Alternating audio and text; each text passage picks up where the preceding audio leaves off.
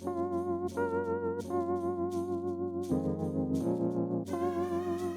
going on, everybody? Welcome back to Geek-Stew. And today, guys, welcome back to an episode of Horror Stew. That's right. So today, guys, I know I said like on a previous video that I was gonna start doing some more conspiracy-related videos, which I definitely am. But today I had just a random idea, and I do apologize for the haziness on this side of the screen.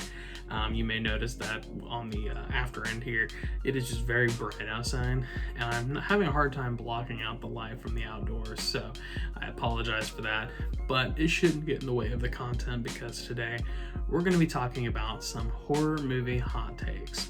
So basically, the concept for this is that I'm going to give you guys some hot takes, some thoughts and opinions about horror movies that A, are either going to be unpopular, or B, maybe seem a little bit of like, I don't know, maybe a little off kilter. Because sometimes when you watch a lot of horror movies, you develop these different opinions and thought processes, and sometimes when you start developing those, there are some that maybe aren't necessarily bad, but they're not necessarily good. Maybe they're a little controversial. So that's what we're going to do today, guys. I have a few hot takes that I want to deliver to you and some rationale behind those hot takes. So let's get into that. Let's talk about some horror movie hot takes.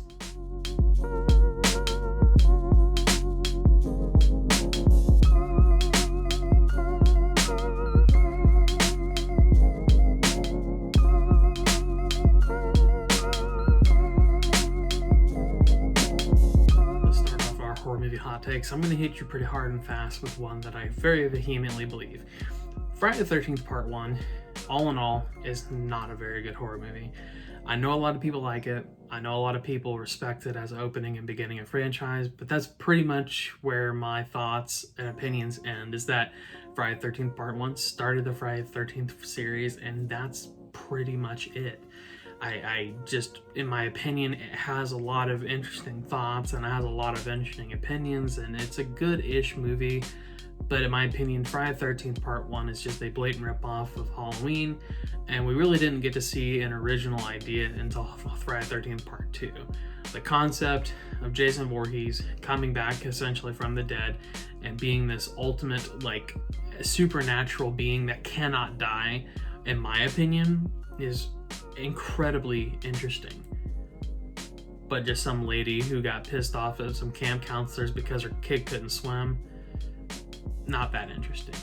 Obviously, I understand that Friday the 13th Part 1, while I said it is a copy of Halloween, obviously I understand that Halloween's a copy of Psycho, and Psycho's a copy of X, and X is a copy of Y, and so on and so forth. But in my opinion, movies like Halloween at least tried to invent on the genre, whereas Friday the 13th Part 1 really didn't.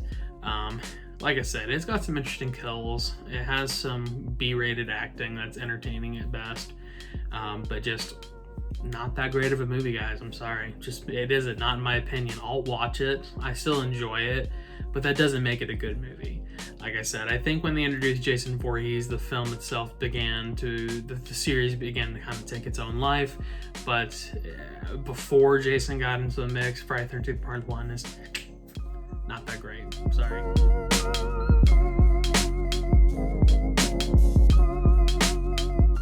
In my opinion, slasher films are the bread and butter, the meat and potatoes of the horror film genre. They are the most important, and in my opinion, they're better. Alright, you have such greats as Nightmare on Elm Street, Prom Night, Halloween, Scream, Friday the 13th after Part 1. I mean, there's just so many great slasher films in the genre. Like, I hate to say it, but you have all these great foundation films that basically compose the entirety of the genre. Don't get me wrong, there are some other genres within the genre. Yeah, or I guess I should say subgenres would be the correct phrase there. There are some subgenres in the horror movie, franchises and whatnot that are better than others. But in my opinion, I think slasher films truthfully are the best. I feel like there are much more. I guess I should say there are much more in content in slasher films. Not only is there more, they're typically better, they're typically more well made, even though they are sort of kind of copying from an original source material. All horror movies do that, right? That being said, the slasher film genre, in my opinion, is probably better than any other subgenre. And I would also go as far to say is that the films in the slasher film genre are typically better than other films in other genres. So obviously that may be a hot take, maybe it's not. I don't know. I haven't really researched whether or not my opinions are really that hot. But I did kind of think that making such a broad statement like that may, ruffle some feathers. So I figured it would be worth getting on film. But yeah, my opinion, slasher films are the entire basis, in my opinion, the support system for all horror movies. Because if it were not for slasher films, I have, in my opinion, your other horror movie franchises probably wouldn't have a leg to stand on. If what's the phrase they said? Slasher films ran so other films could walk, right?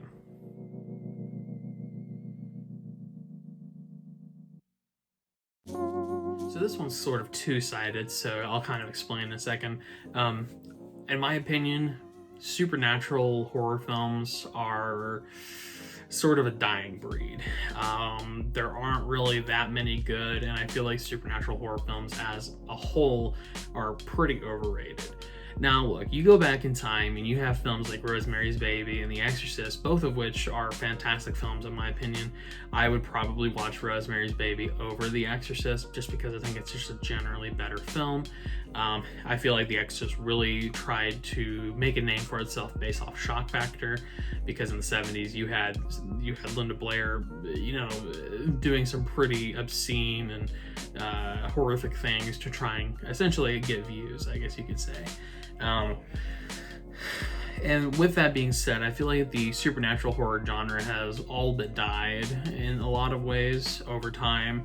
I think that the only real horror films that fall into that category that are like supernatural, that are still good in today's age, are films like the Conjuring movies and the Insidious movies. And you're probably thinking to yourself, those are horrible movies. Well, first of all, you're not only stupid, but you're wrong. You're not just wrong, you're stupid. In my opinion, the Conjuring movies are incredibly good movies. James Wan took two people who are real, and then he basically sensationalized them. He created a universe around some of the stories and things that they took part in. So James Wan not only is a genius, but the people who wrote those movies are also geniuses. And they made a series that, in my opinion, is incredible. The Conjuring movies, no matter what you say, they're very well-made movies, all right? They're very nice, they're very cohesive, and James Wan and all the people who have helped write those movies have helped to create a universe, not just a singular movie or movies. It was a universe that is all intertwined and interconnected. That being said, the Conjuring movies, in my opinion, are objectively some of the best supernatural horror movies of the last few decades, and you can't tell me otherwise. Same thing with Insidious. The Insidious movies are sort of campy in a lot of ways, but the Insidious movies really take a very interesting twist onto what people normally consider to be supernatural, right? And if you really watch those movies and you really take the time to appreciate them, even though that they are PG-13 movies, they are still excellent movies. They are excellent movies. And there are very few other supernatural horror films that I can think of in the last 10 years or so that really live up to that one. Maybe The Quiet Ones, maybe As Above, So Below. But even then, I'll kind of talk about this in a second, but even then, a lot of the paranormal movies that we see nowadays are from the point of first person, and they really drill down and really beat to death that concept of found footage. So that's kind of what we're going to get into next. But in my opinion, supernatural horror films are on the decline, with the exception of films like the Insidious franchise and the Conjuring movies.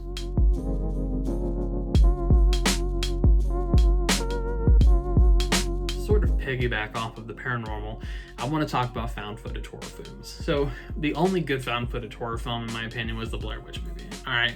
And even then, the Blair Witch movie nowadays has sort of become overrated in a lot of ways. I feel like over time, especially with fresh eyes, every time I go back and watch the Blair Witch movie, I seem to enjoy it less and less. So I still give the Blair Witch movie props for being inventive and creative during the time that it was made in the 90s. So in my opinion, the Blair Witch movie is probably the best found footage horror film of all time, if not the one that you should watch as sort of a defining character. Now, I will say that there are other good found footage movies, but they are definitely, they're all very reductive. They're all very... there's a word for it that I can't think of, but they all sort of kind of circle back to the same concepts, the same cliches, the same horror movie tropes. You know, slasher films, you know, a lot of people think this of slasher films, but this is sort of where I kind of differ with that. Because see, with slasher films, there's always something different, right? There's always something different. There's a different story background, there's a different character, or a different weapon, or a different murder style, or a different this, or a different that. But with found footage horror films, they all kind of circle around the same premise. Someone with a camera is going to catch some paranormal stuff on film. Some stuff's going to happen to them off camera, and we're going to be left questioning what happened. And honestly, and this kind of also couples with another one, the Paranormal Activity movies, I've talked about this before on the channel, are super overrated. Don't get me wrong, I can still enjoy them, but they're definitely not good horror movies at all. The first Paranormal Activity, I'll give it credit that it was creative and interesting to a respect, but every movie after that was just incredibly silly, and it just continued to get sillier and sillier. Although I would give credit to the marked ones. I don't know if you've ever seen that one, but it does take a little bit of a different twist on the concept of the horror movie franchise with, you know, Paranormal Activity and whatnot. But overall, found footage horror films are a dead, dying breed. And honestly, if somebody's gonna make another one, it really needs to be, they really need to think it out. It needs to be different, it needs to be creative, it needs to be inventive, because after Blair Witch, everything just kind of seems, I don't know, seems boring. And even with Blair Witch kind of seemed boring in reality. So, you know, it is what it is. Found footage horror films are one of those things where it's good for a little bit, but after time passes, when you look back on them, they're really not that great anymore. I think As Above, So Below is one of the only few in the last 10 or so years that I can think of that really entertained me. But really, it wasn't the fact that it was found footage. They could have just done a normal film style and I would have enjoyed it just as much. That being said, I have one last hot take that we're going to talk about before we close out the video.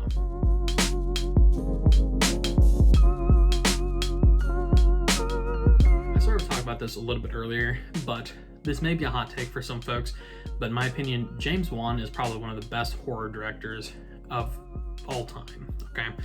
You know, people, when they talk about who their favorite horror directors are, they talk about George Romero, they talk about John Carpenter, Wes Craven, Tobe Hooper, you know, I can't think of any more off the top of my head, Stephen King, or, you know, whoever else. You know, you think about these other horror movie creators, and, you know, yeah, some of them are great, some of them are really great, but in my opinion, James Wan is probably the best modern horror movie director of all time. I mean, we're just going to talk about his probably his two most popular franchises, which is the Saw franchise and the Conjuring universe. You know, he directed both of those cinematic areas that are, I mean, they're great. You know, objectively, if you look at it from a if you look at it from a, you know, a position of, is this a good horror movie? What about this movie makes it a good horror movie? The Saw movies, typically, in my opinion, okay, let me rephrase this, because I do understand that some of the latter entries into the Saw franchise are a little reductive and a little silly, but the first three Saw movies, in my opinion, is one of the best horror movie trilogies on this earth. Saw 1 and Saw 2 and Saw 3 all kind of surround around a similar concept, but Saw 1, oh my god. If you've never watched Saw 1, there's not a greater ending in a horror film that I've ever seen. Like, honestly. Genuinely speaking, Saw 1 had the best ending to a horror movie that I've ever seen. Okay? I'm not even kidding. Like, objectively speaking, that is probably the best, and I've never seen a better one. All right, some people, I mentioned this one other time to some people who were like, oh, but what about movies like Get Out and Us? Get Out and Us are fantastic movies, but their endings were lackluster. The ending to Get Out has the black man going to prison, and I get it. Get Out is supposed to be a political it is political. It has a lot to do with that commentary, and you know, truth be told, that was how it was meant to be. So I get it.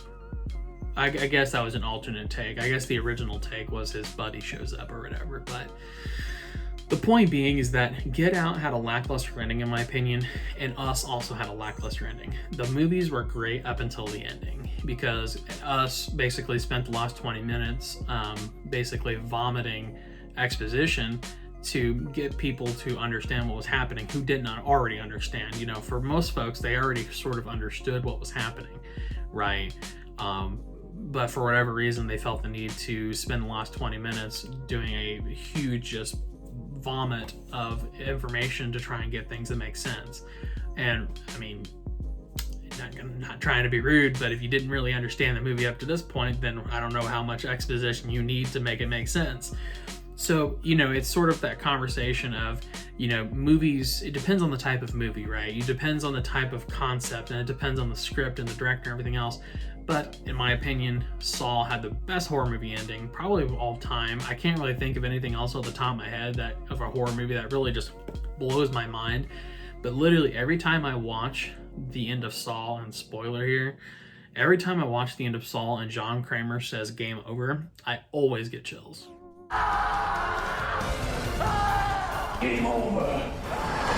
100% of the time. I don't care how many times I watch the first movie, 100% of the time I get chills. And the same thing with the Conjuring movies. You know, and this isn't just exclusive to just Conjuring, of course. The extended universe with Annabelle and Curse of La Llorona, and The Nun and everything else. All of those are great films as well. The Annabelle concept is very interesting. The Nun is incredibly creepy, and The Curse of La Llorona is really underrated, in my opinion, as a horror movie in general.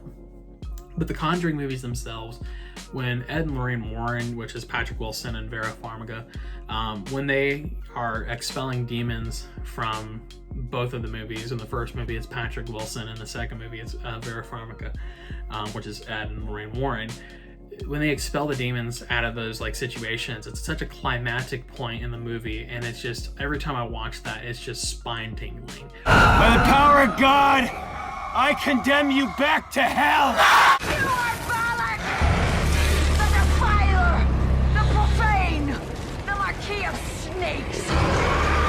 In the name of the Father, and of the Son, and of the Holy Spirit, I condemn you back to hell! Right, you know, just the conviction in both of their voices. They're such great actors, and James Wan, his vision of the movie is just so amazing, and chef's kiss. That's all I can say. So in my opinion, James Wan is a modern horror master. He has made other stuff that is absolutely amazing. He's even ventured into non-horror movies, and they're all just really, really good. I mean, just objectively speaking, they're all really good movies. So take it for what you will. Take into consideration that all of these are just hot takes, of course. But we're going to go into some final thoughts here, and then we're going to close off.